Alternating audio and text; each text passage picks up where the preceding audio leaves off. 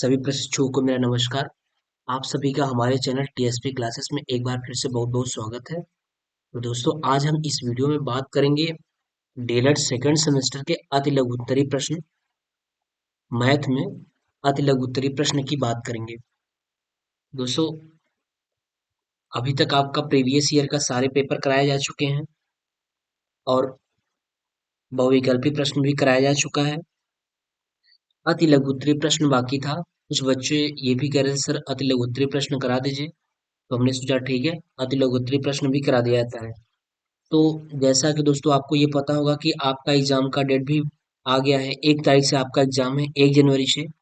1, 2, 3, उसके बाद 4, 5, 6 और डीएलएड सेकंड सेमेस्टर का एग्जाम है। ठीक है, तो आप बिल्कुल इस लग जाइए पढ़ाई में। आपके पास समय बिल्कुल भी नहीं है अब।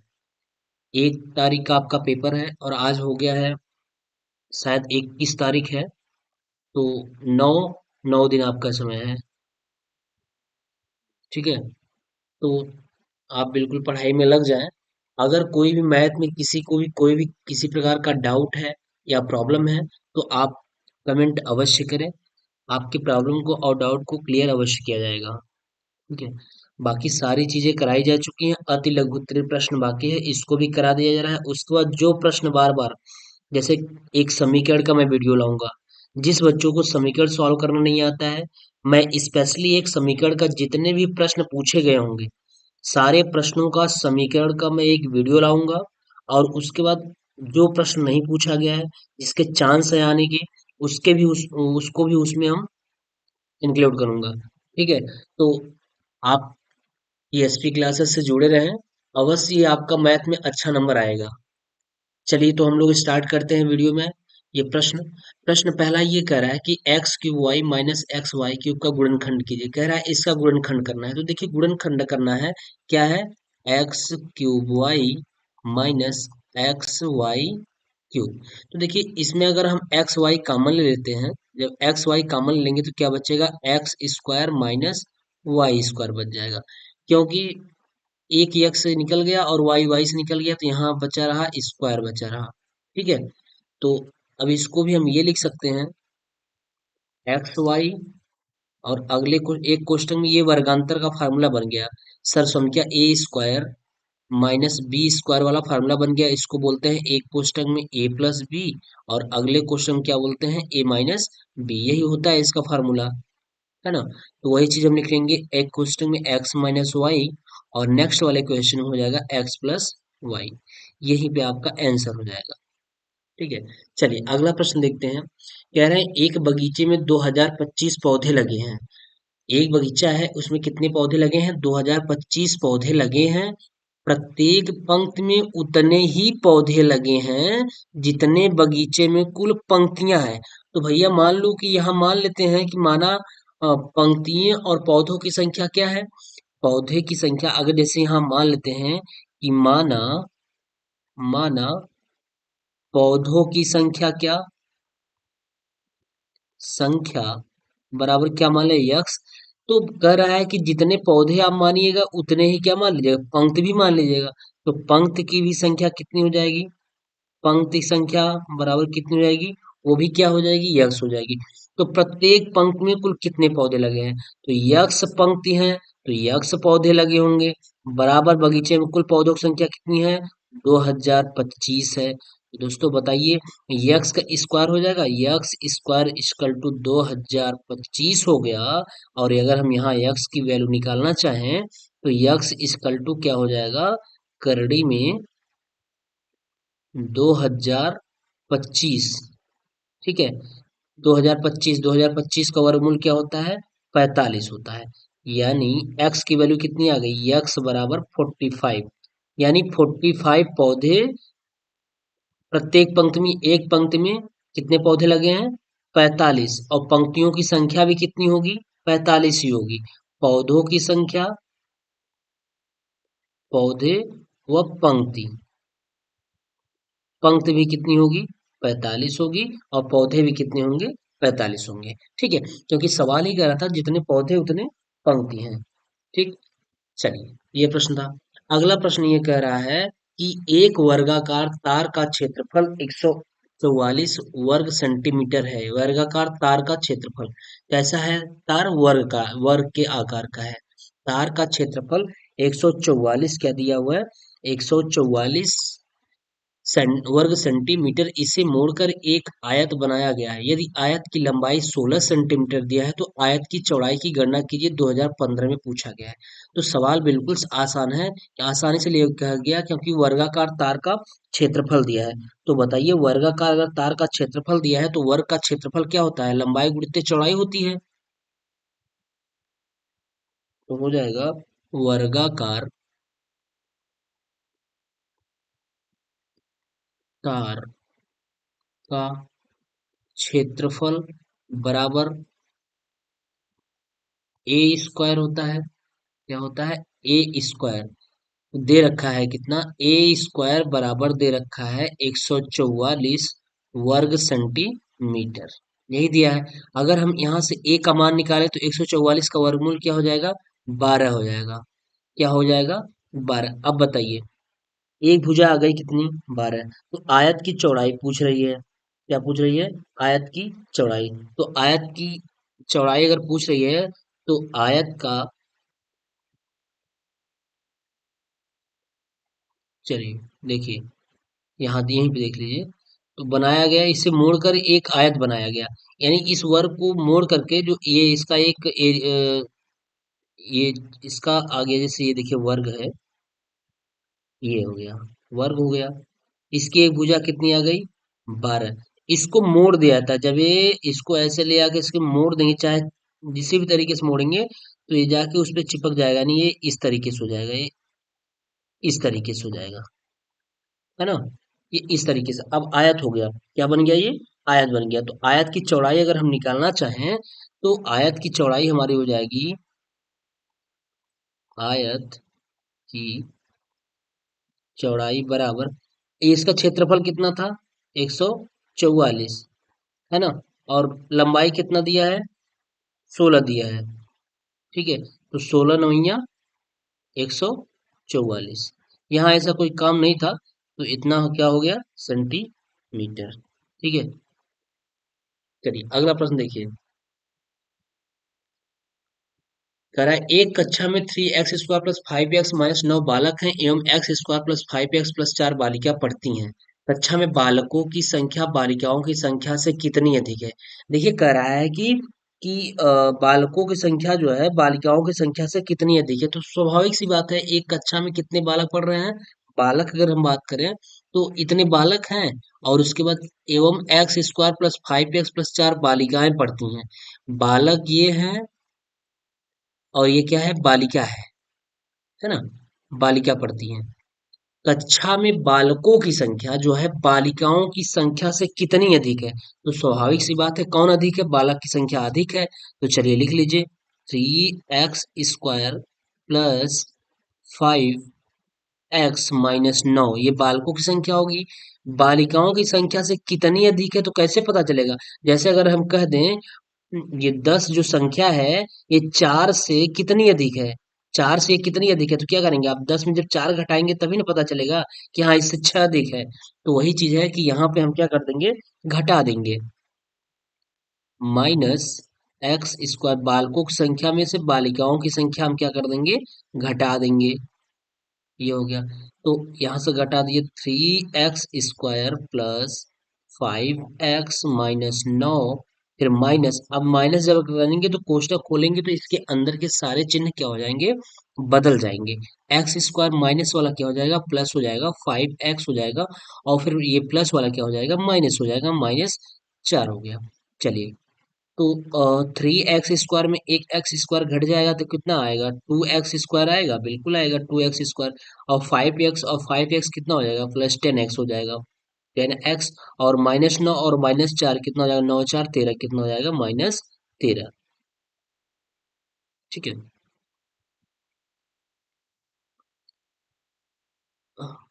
एक मिनट देखिए, यहाँ से थोड़ा ये गलत हो रहा है। यहाँ प्लस था, हमने यहाँ क्या रखा है? माइनस। इसको प्लस बना लीजिए, सॉरी, इसको प्लस बना लीजिएगा। तो ये माइनस वाला जो है ना, ये इसको क्या कर देगा? ये प्लस वाले को माइनस कर देगा, तो ये 5x से 5x क्या हो जाएगा, कैंसिल हो जाएगा। तो यहाँ क्या हो जाएगा, ये नहीं रहेगा, तो ये हो जाएगा, कितना हो जाएगा, माफ करिएगा, यहाँ देख लीजिएगा। तो 3x स्क्वायर में से एक एक्स स्क्वायर घट जाएगा तो कितना आएगा, 2x स्क्वायर हो जाएगा। और ये कट चुका है तो 9 और 4 कितना हो जाएगा, -13 हो जाएगा, है ना। ये आपका आंसर हो जाएगा। ठीक, ये हो गया।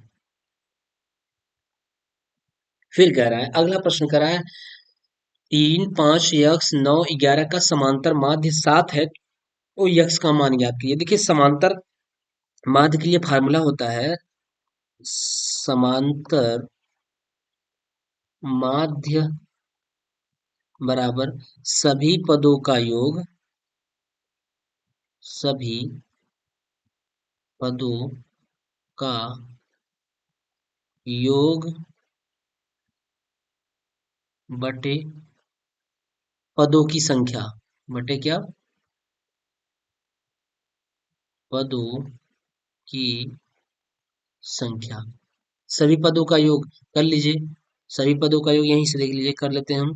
तो क्या हो जाएगा, 3 + 5 + यक्स +9 + 11 बटा कितने कितने पद है, काउंट कर लीजिए, 1, 2, 3, 4, 5।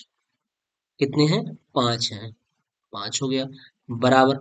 अब इसको जोड़ लीजिए, 5, 3, 8 और 9, 8, 17, 17, 10, 27, 28 हो गया, 28 और प्लस यक्स है, बराबर कितना है, 5। और हाँ, समांतर माध्य दे रखा है कितना, 7। यानी हम दिखा सकते हैं क्या, कि 7 बराबर 28 प्लस यक्स बटा कितना, 5। 5 का गुणा कर दीजिए इधर, तो गुणा जब करेंगे तो क्या हो जाएगा, यहाँ देख लीजिए अब, 7 × 5 = 35, 35 बराबर क्या होगा, 28 प्लस एक्स। एक्स की वैल्यू निकालना है, जब एक्स की वैल्यू निकालेंगे तो 35 माइनस 28 बराबर क्या हो जाएगा, एक्स। तो क्या हो जाएगा, 35 में से 28 गया, कितना हो जाएगा, बताइए, 28 2 30 5 35, 7 हो जाएगा। एक्स की वैल्यू कितनी आ गई, 7, है ना। तो यक्स का मान कितना आ गया, 7 आ गया, यही आंसर हो जाएगा। तो समांतर माध्य के लिए फार्मूला होता है सभी पदों का योग बटे पदों की संख्या। ठीक, चलिए अगला प्रश्न देखिए।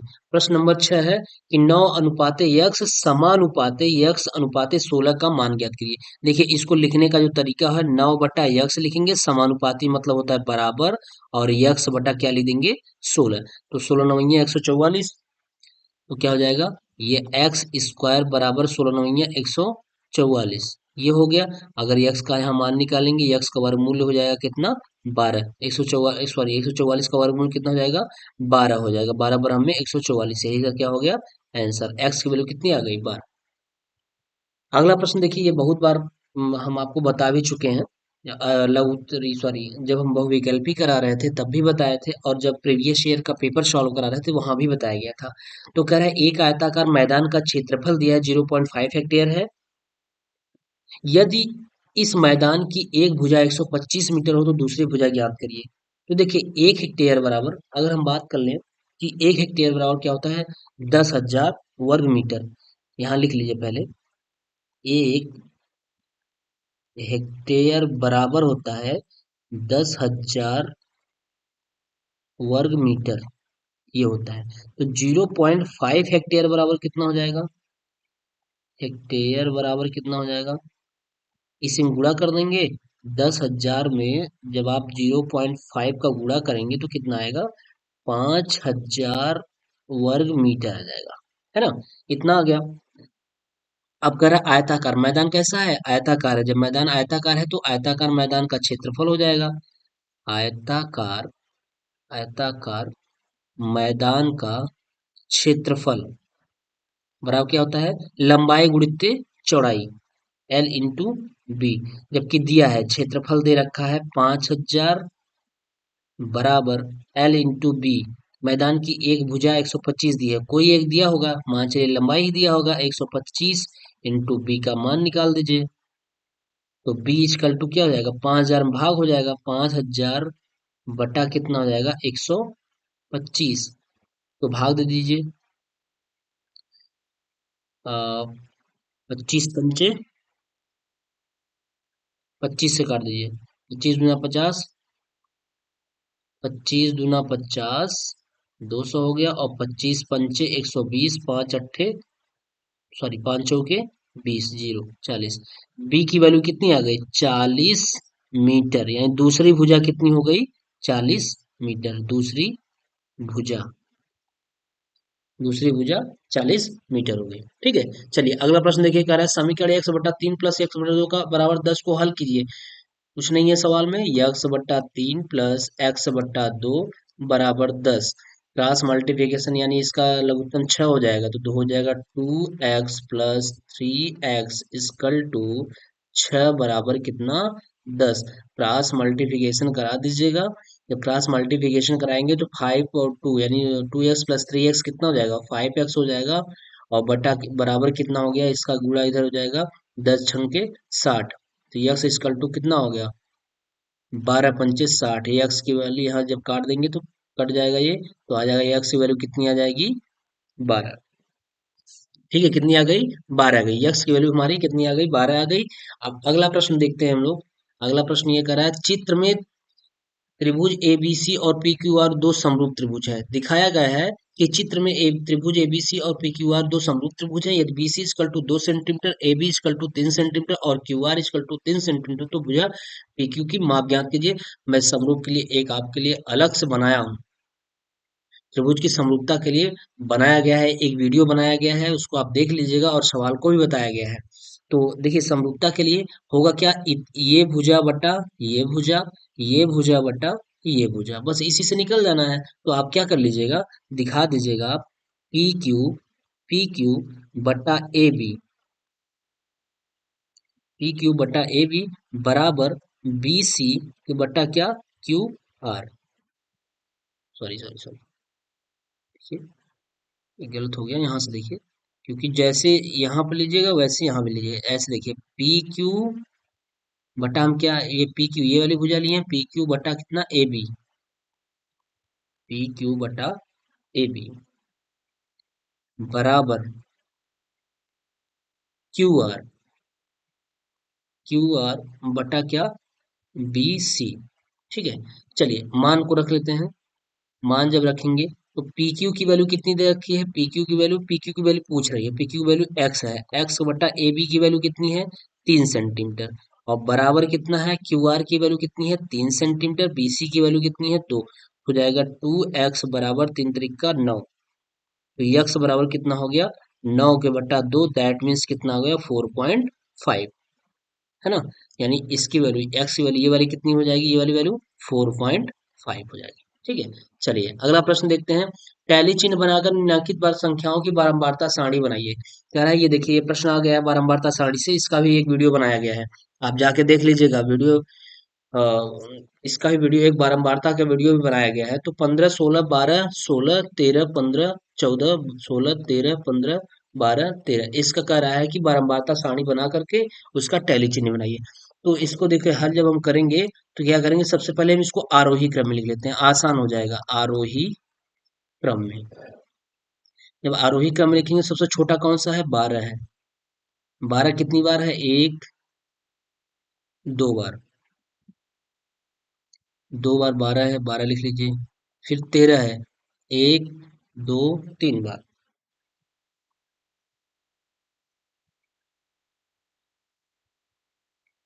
एक, दो, 3 बार। 13 लिख लीजिए, एक, दो, 3 बार। फिर इसको 14 है, 14 कितनी बार है? देखिए खोजिए, एक, एक बार। 14 कितनी बार है? एक बार है। इसके बाद 15, एक, दो, 3 बार। 15 हमारा कितनी बार हो गया? 3 बार। एक, दो और 3।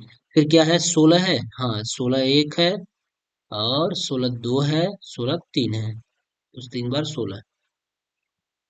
एक, दो, तीन। कुल काउंट कर लिए, कुल कितनी संख्या? 1 2 3 4 5 6 7 8 9 10 11 12। इसमें गिन लीजिए, 1 2 3 4 5 6 7 8 9 10 11 12। 12 संख्या उसमें, 12 संख्या इसमें। अब हम क्या बनाएंगे? अब वर्ग अंतराल बना लीजिए। क्या कर लीजिएगा आप? वर्ग अंतराल, एक वर्ग अंतराल का हो जाएगा, एक बारंबारता बना लीजिए, या टैली चिन्ह बना लीजिए, टैली चिन्ह भी पूछ रहा है, टैली चिन्ह बना लीजिए, टैली चिन्ह। और क्या बनाएंगे? बारंबारता। चलिए, बारंबारता बना लिए, ठीक है ना? ये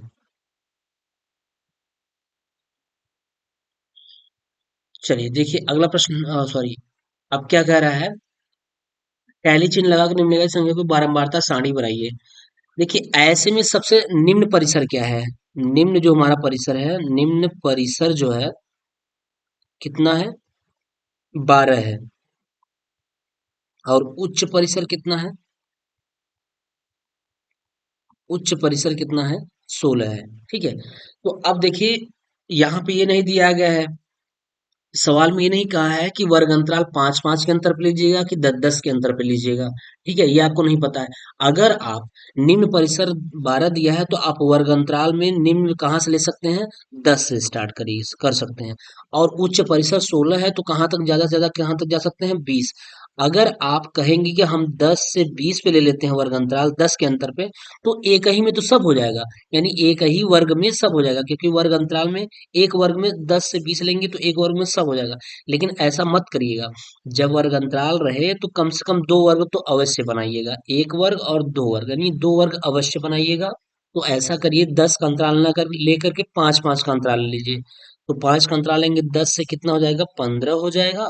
और यहाँ से कितना हो जाएगा? 15 से क्या हो जाएगा? 20 हो जाएगा, है ना? चलिए, ये ले लीजिए। तो 10 से 15 में के बीच में देखिए कौन कौन है। एक ये है 12, 1 2 3 4 5 6 7 8 9। कितना? 9। कितनी हो गई बारंबारता? 9 हो गई, है ना? और उसके बाद 16। अब 15 से 20, यानी 15 से ऊपर 20 तक में देखिए कौन है? 16। 1 2 3, कितनी हो गई? 3। टैली चिन्ह अब बना दीजिए इसका। 9 का टैली चिन्ह हमने बताया था, 5 पहले बना लीजिएगा। 4 और 1 5 हो गया। और फिर 4, 1 2 3 4, 5 4 9 हो गया। टैली चिन्ह के लिए 5 जब बनाया था तो 4 लाइन खींचने के बाद एक क्रॉस कर दिया जाता है, वो 5 हो जाता है। 3 का 1 2 3। ठीक है, ये हो गया आपका बारंबारता सारणी। चलिए, कह रहे सबसे छोटी पूर्ण संख्या क्या होती है? सबसे छोटी पूर्ण संख्या आपको पता है 0 है, क्योंकि पूर्ण संख्या है 0 1 2 3 4 5, यहाँ से स्टार्ट होती है। प्राकृतिक संख्या हमारी 1 से स्टार्ट होती है, 1 2 3। अगर सबसे छोटी प्राकृतिक संख्या पूछे तो 1 होगा, और सबसे छोटी पूर्ण संख्या पूछे, होल नंबर पूछे तो क्या होगा? 0 होगा। यहाँ पे दिया गया है। अगला प्रश्न कह रहा है निम्नलिखित में समीकरण तथा सर्वसंख्या छाटकर उत्तर पुस्तिका में लिखिए। कह रहा है निम्नलिखित में समीकरण तथा सर्वसंख्या छाट करके उत्तर पुस्तिका में लिखिए। कह रहा है कि ऐसा मतलब इन दो दिया हुआ है, कौन सा समीकरण है और कौन सा सर्वसंख्या है, यही देखना है। तो देखिए सर्वसंख्या के लिए होता क्या है कि right hand side, left hand side और राइट हैंड साइड होना चाहिए। अगर हम यक्स की वैल्यू यहाँ पे कुछ रखें, जैसे हम पहले को चेक कर लेते हैं, यक्स बराबर अगर हम 1 रखते हैं तो सर्वसंख्या के केस में क्या होना चाहिए कि लेफ्ट हैंड जो वैल्यू हम यक्स बराबर 1 रख रहे हैं वो बाएं साइड में भी बराबर कर दे और दाएं साइड में भी बराबर कर दे। यानी अगर हम यक्स बराबर 1 रख रहे हैं तो देखिए 1 और प्लस 1 हो गया, 1 1 2 2 दूनी 4। और यहाँ 1 रखेंगे तो क्या 2 2 4, बिल्कुल। यानी हम यक्स बराबर अगर 1 रख रहे हैं तो देखिए कि क्या हो रहा है, 2 यक्स यहाँ क्या हो जाएगा, यक्स यहाँ क्या हो जाएगा? 1 1 हो जाएगा, और प्लस क्या हो जाएगा? 1 हो जाएगा। अब बराबर क्या हो गया? 2 इंटू 1 हो गया, और प्लस क्या हो गया? 2 हो गया। तो 1 1 2, 2 इंटू 2 बराबर 2 1 का 2 प्लस 2, कितना हो गया? 4, यानी 4। यानी यहाँ भी 4 बराबर क्या हो गया? 4 हो गया। ठीक है, यानी लेफ्ट हैंड साइड, यहाँ कह सकते हैं लेफ्ट हैंड साइड बराबर राइट हैंड साइड। ये हमारी क्या है? ये वाली हमारी सर्व संख्या है, सर्व समीक्षा है। पहला वाला सर्व संख्या हो गया, सिद्ध हो गया। अब इसको भी चेक कर लीजिए, अगर हम यक्स बराबर 1 रखते हैं तो वैल्यू कितनी आ रही है? 2 इंटू 1 माइनस 1 बराबर 1, 2 1 का 2, 2 - 1 बराबर 1, 2 में से 1 गया 1, 1 बराबर 1। क्या आ गया, एक बराबर एक। अगर दो रखते हैं तब दो दूनी चार, चार में से एक गया तीन, और यहाँ कितना आएगा, दो। एक रखने पर तो सिद्ध हो रहा है, लेकिन यक्स बराबर दो रखने पर देखते हैं क्या सिद्ध होता है। इसमें भी चेक कर लीजिए, अगर आप दो रखेंगे तो देखिए दो यहाँ हो जाएगा दो। अगर आप इस वाले में रखेंगे, दो रखना चाहते हैं दो, तो दो प्लस यक्स यहाँ दो रखेंगे, दो और प्लस बराबर है दो इंटू दो प्लस दो। तो देखिए दो एक तीन, तीन दूनी छह, बराबर दो दूनी चार, चार दो छह। यानी ये हर कंडीशन के लिए सरसम क्या है।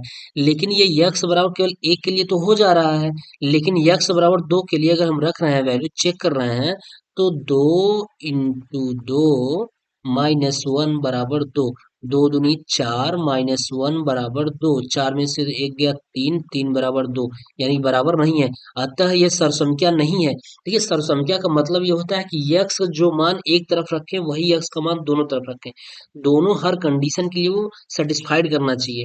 लेकिन यहाँ तो यक्स बराबर एक के लिए तो सेटिस्फाइड कर दे रहा है, लेकिन यक्स बराबर दो के लिए सेटिस्फाइड नहीं कर रहा है, इसलिए ये सरसंख्या नहीं है। यह क्या है, समीकरण है। ठीक है, ये क्या है, समीकरण है।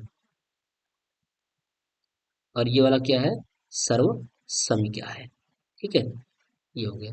चलिए अगला प्रश्न देखिए, करा 83 के अंकों को परस्पर बदलने पर प्राप्त संख्या को मूल संख्या से घटाने पर कौन सी संख्या मिलती है। इसमें क्या है, करा 83 है, 83 में अंकों को परस्पर बदलने पे अंक बदल दीजिए, तीन को जो इकाई था उसको दहाई बना दीजिए, और दहाई था उसको इकाई बना, बदलने पर प्राप्त संख्या को मूल संख्या से प्राप्त क्या मिल गई, ये संख्या प्राप्त मिल गई।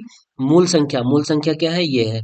इसमें से घटाने पर इसको घटा दीजिए, 83 में से 38 घटा दीजिए, 13 में से 8 गए 5 हो गया, और 7 में से यहाँ बचा 7, 7 में से 3 गया 4, कितना आ गया 45। यही आंसर हो जाएगा।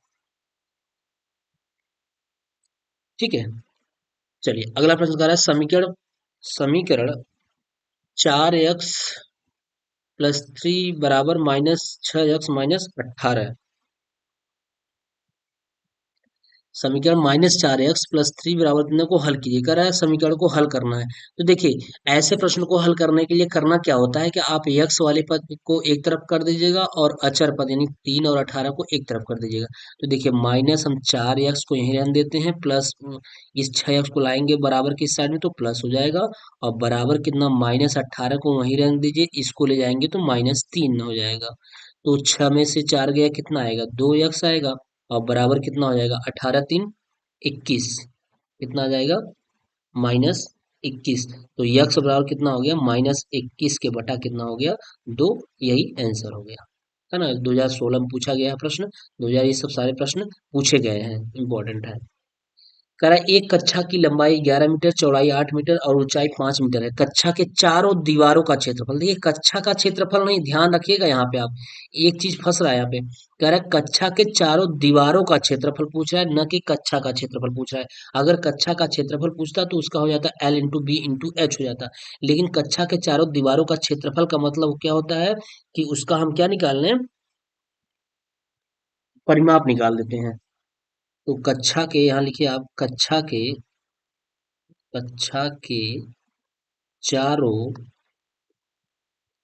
दीवारों का क्षेत्रफल इक्वल टू कितना हो जाएगा, परिमाप क्या होता है, 2l plus B into H, क्योंकि उसके दीवार का पूछ रहा है, चारों दीवार का। तो 2l की वैल्यू कितनी है 11 प्लस बी की वैल्यू 8, ऊंचाई 5, तो क्या होगा 11 8 19, हो गया 2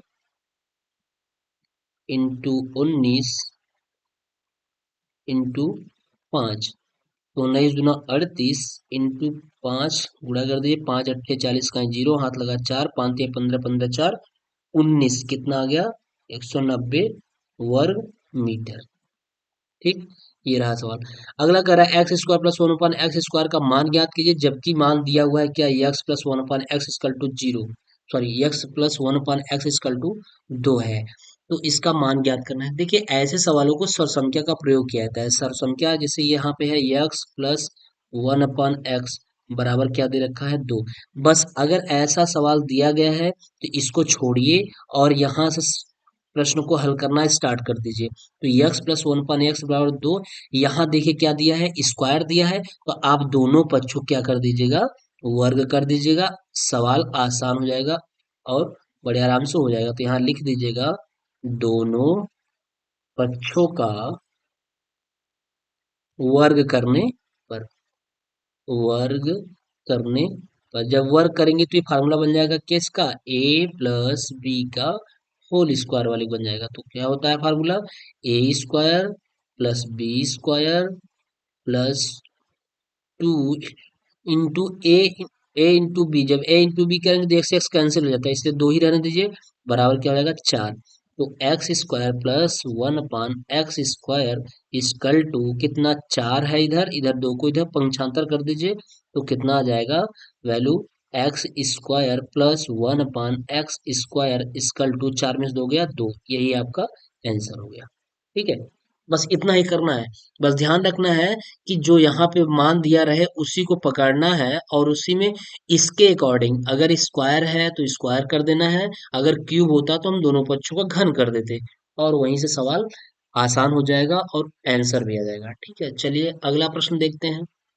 कह रहा है परिमेय संख्या -7/9, -5/21 और 2/-3 को आरोही क्रम में लिखिए। कह रहा है आरोही क्रम में लिखिए, कुछ नहीं कह रहा है, केवल आरोही क्रम। चलिए देखते हैं कैसे होगा। -7/9, फिर -5/21, फिर माइनस सॉरी, हाँ 2/-3 दिया हुआ है। तो सबसे पहले क्या करिएगा कि माइनस सब में है, माइनस कॉमन लेकर के इसको अंदर सब का हो जाएगा, 7/9, 5/21 और 2/3। ऐसे सवालों में नीचे का क्या कर दीजिएगा, आप लसा ले लीजिएगा। तो नीचे का एक लसा क्या होगा, 9 तिरसठ, ये 21 21 तिरसठ, हाँ इसका लसा कितना हो जाएगा, 63 हो जाएगा। तो जब इसका लसा 63 हो गया, इसका लसा ले लीजिएगा, लसा, लसा इसकल टू कितना हो जाएगा, 63। लसा 63 हो जाएगा। तो आप बताइए 9 का भाग 63 देंगे तो कितनी बार जाएगा, बताइए 9 का भाग अगर आप 63 में देंगे तो कितनी बार जाएगा, 9 का भाग 63 में दीजिए, कितनी बार जाएगा, सतनवाई 63 कितनी बार गया, 7 बार गया। और 7 का गुणा 7 में हो जाएगा, तो 7 सत्ते 49 हो गया, 49 हो गया। 21 तिया 63 और 3 का जब गुणा 5 में करेंगे तो 3 × 5 = 15 हो जाएगा। फिर 3 का भाग जब 63 में लेंगे तो कितनी बार जाएगा, 3 दूनी 6, 3 1 का 3 यानी 21 बार जाएगा। और 21 गुना कितना हो गया, 42 हो गया। और इसको ऐसे माइनस को बाहर रहने दीजिए। अब आप बताइए, हम अगर इसको लिखना चाहें तो 49 का बटा 63, 15 का बटा 63 और 42 का बटा 63। तो बताइए 49 के बटा 63, एक बार हम यहाँ लिख के दिखा देते हैं आपको। माइनस बाहर करिए और अलग अलग लिख लीजिए, 49 के बटा 63 और 15 के बटा 63, उसके बाद क्या, 42 के बटा 63, ये। अब अब बताइए इसमें कौन सबसे बड़ी संख्या है। तो आपको पता होना चाहिए कि अगर ये 49 है और इसमें कितने भाग करने हैं, 63 भाग करने हैं। ये 49 है और इसको इसमें कितने भाग करने हैं, 63 भाग करने हैं। ये 15 है और इसमें कितने भाग करने हैं, 63 भाग करने हैं। ये 42 है, इसमें कितने भाग करने हैं, 63। तो आरोही क्रम में सबसे पहले क्या लिखा जाता है, सबसे छोटा वाला लिखा जाएगा। तो सबसे छोटा कौन हो जाएगा, स्वाभाविक सी बात, ये 49 है और 63 भाग करने हैं। तो और देखिए वह अगर माइनस न होता तो ये बड़ा हो जाता, लेकिन माइनस होने की वजह से ये सबसे छोटा हो गया। तो हम क्या लिख देंगे कि -49 के बटा 63, माइनस में जो संख्या जितनी बड़ी होती है, माइनस लगने पर सॉरी, माइनस लगने पर वो संख्या उतनी ही छोटी हो जाती है। -49 बटा 63, फिर माइनस क्या, 42 बटा क्या हो जाएगा, 63। और उसके बाद फिर क्या हो जाएगा, -15 बटा क्या, 63। यही क्या हो गया, आरोही क्रम।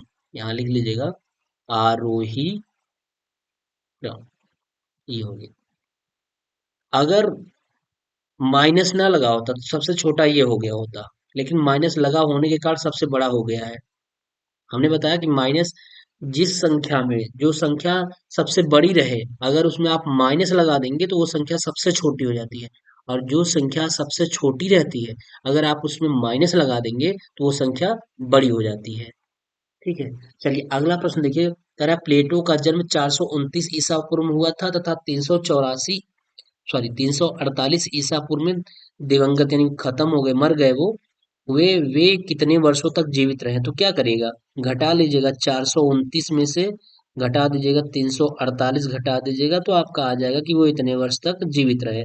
9 में से 8 गया, एक हुआ, यहाँ कितना बचा, 12 में से 8 गया, सॉरी 12 में से 4 गया, 8 बचेगा, और 3 में से 3 गया, तो वो कितनी वर्ष तक जीवित रहे? 81 वर्ष तक जीवित रहे।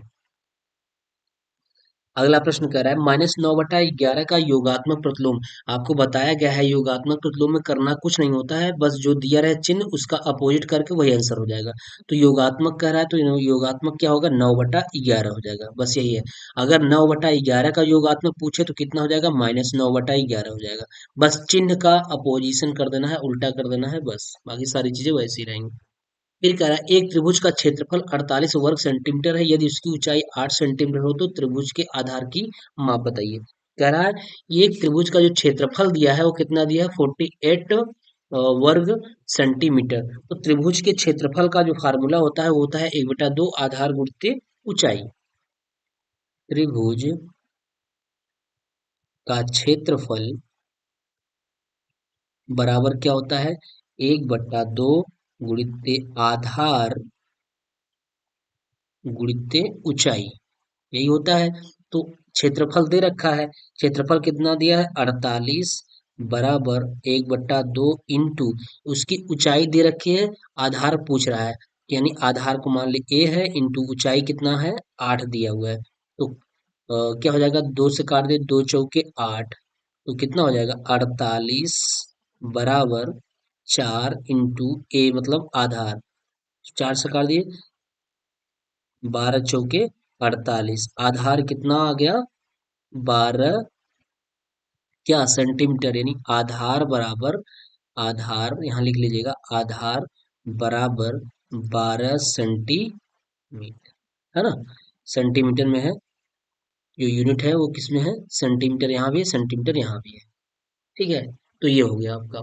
अगला प्रश्न कह रहा है -5, फिर क्वेश्चन -5 माइनस -45 भागे -15 प्लस -3 इंटू 5 का मान ज्ञात कीजिए। ये किससे सवाल है, ये बोडमास का सवाल है, BODMAS, बोडमास का सवाल है।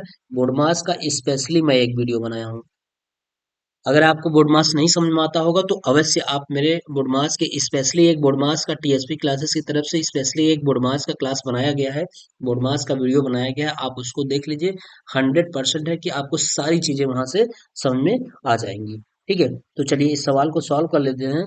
तो -5 हो जाएगा, -5 हो जाएगा, फिर उसके बाद ये माइनस इस माइनस क्या कर देगा, प्लस कर देगा। अब 45 के बटा क्या हो जाएगा, -15 हो जाएगा, फिर प्लस क्या हो गया, माइनस, ये आपका इसका गुणा कर दीजिए, प्लस माइनस से क्या हो जाएगा, माइनस होगी, इसका अगर ये प्लस है, आप एक बार चाहे रख लीजिए, -3 इंटू 5, इसको ऐसे रन दीजिए, फिर यहाँ से क्या हो जाएगा, -5 प्लस, भाग दीजिए, 15 तियां 45, अच्छा ऐसा करिए, अभी रहने दीजिए, 45 का बट्टा -15 हो जाएगा। अब ये प्लस माइनस से माइनस हो जाएगा, और 5 तरीके 15 हो जाएगा, माइनस कितना हो गया, 15। अब एक साथ हम इसको हल कर लेते हैं, तो -5 हो गया, और प्लस माइनस ये माइनस हो जाएगा, 15 तियां 45 हो जाएगा, माइनस कितना हो जाएगा, 15 हो जाएगा, सब जुड़ जाएगा, 15 3 15 5 20, 20 3 23, कितना आ गया, -23, इसका क्या आ जाएगा, आंसर आ जाएगा, है ना, यही आपका उत्तर हो जाएगा। ठीक है, ये बोडमास का सवाल है, आप बोडमास की वीडियो को अवश्य देखिए, सारी चीजें वहां पे क्लियर हो जाएंगी। अगला कह रहा है कि x y minus z plus y x y z minus x plus z x minus y का मान ज्ञात करिए। करना कुछ नहीं है, बस सबका अंदर गुणा कर देना है। चलिए हम गुणा करते हुए चलते हैं, यक्स का जब वाई में गुणा होगा तो यक्स वाई हो जाएगा, फिर यक्स का जब जेड में गुणा होगा तो माइनस एक्स जेड हो जाएगा। फिर वाई का जब जेड में गुणा होगा तो वाई जेड हो जाएगा। फिर माइनस वाई का यक्स में होगा तो वाई यक्स हो जाएगा। फिर प्लस जेड का जब यक्स में होगा तो जेड यक्स हो जाएगा। और माइनस जेड का जब वाई में होगा तो जेड वाई। देखिए ये सब कट जाएगा, आई थिंक हमको लगता है यक्स वाई है, और कहाँ है यक्स वाई, यक्स वाई ये है, वाई एक्स या यक्स वाई, इससे ये कैंसिल हो गया, प्लस माइनस से कैंसिल, ये माइनस यक्स जेड है और ये प्लस जेड एक्स है, इससे ये कैंसिल, ये प्लस वाई जेड है और ये माइनस जेड वाई या वाई जेड है, ये इससे कैंसिल, बराबर कितना आ गया, जीरो। यही आपका क्या आ गया, आंसर आ गया। ठीक है, चलिए दो प्रश्न और बचा है। कह रहा है एक रेलगाड़ी की चाल दिया है, स्पीड दे रखा है किलोमीटर प्रति घंटा में, तो वह इतने घंटे में कितनी दूरी तय करेगी। किलोमीटर प्रति घंटा में ही सवाल पूछ रहा है, तो आपको पता होना चाहिए कि चाल बराबर क्या होता है। चाल बराबर दूरी बटा समय, यही होता है।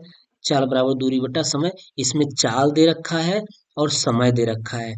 चाल दिया है और समय दिया, सॉरी चाल दिया है और समय दिया है, दूरी पूछ रहा है। तो दूरी बराबर क्या हो जाएगा फार्मूला, दूरी बराबर हो जाएगा चाल गुणित्ते, चाल गुणित्ते समय, है ना, यही हो जाएगा। ठीक है, चाल गुणित्ते समय। तो चाल की वैल्यू रख दीजिए, x square plus 3x plus 2, और इसमें गुणे कितना हो जाएगा, यक्स प्लस 2 का मल्टीप्लाई हो जाएगा, तो गुणा करा दीजिए। यक्स का जब यक्स स्क्वायर में कराएंगे तो यक्स घाते 3 हो जाएगा, प्लस यक्स का जब 3x में कराएंगे 3x स्क्वायर हो जाएगा, और प्लस यक्स का जब 2 में कराएंगे तो 2x हो जाएगा। फिर प्लस 2 का एक्स स्क्वायर में कराएंगे तो क्या हो जाएगा, 2x स्क्वायर हो जाएगा। और फिर प्लस जब 2 का 3 में कराएंगे 2 तिहाई है एक्स हो जाएगा, और प्लस 2 का 2 में 2 दूनी 4 हो जाएगा।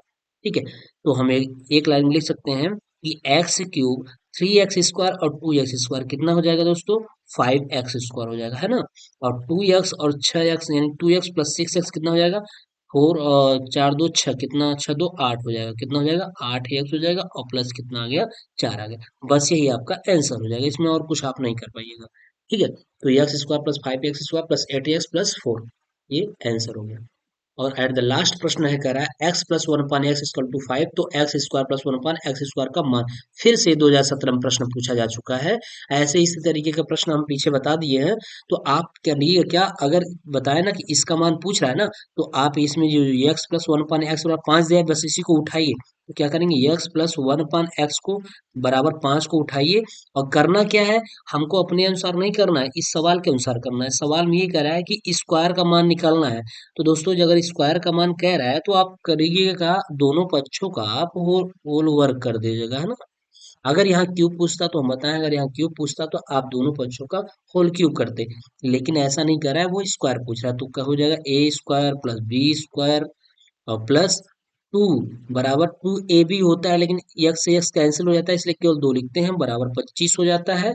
और आंसर आपका आ जाता है बड़े प्यार से 1 plus x square equal to 25 minus 2, तो होगा क्या, x square plus 1 upon x square की वैल्यू आ जाएगी 25 में से 2 घटाएंगे तो 23 आ जाएगी। यही क्या आ जाएगा, आंसर आ जाएगा, है ना। ये चीज है,